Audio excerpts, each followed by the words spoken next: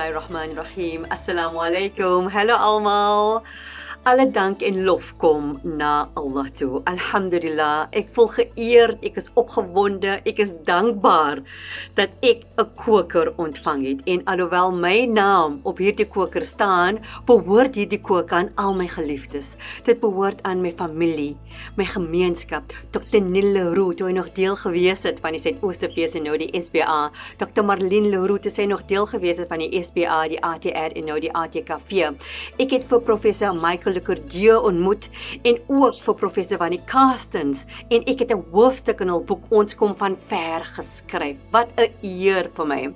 Ek het toe 'n direksielid geword van die ATR, die Afrikaanse Taalraad, en ek het vir Teens en Astrid van die Dagbreek Trust ontmoet.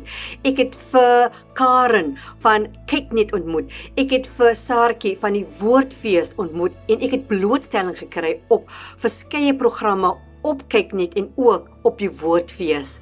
Ek is nou 'n aanbieder op 'n program op Radio 786, Barakat, wat die eerste Sondag van elke maand uitgesaai word op 100.4 FM stereo tussen 5 en 6 uur in die middag.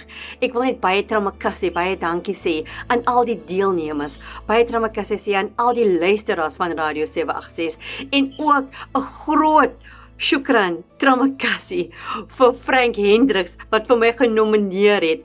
Dit is deur programme op Radio 786 in Afrikaans, oor Afrikaans, dat ons gaan verseker dat deur Afrikaans ons gemeenskappe en ook die groter Suid-Afrika by mekaar gaan kry.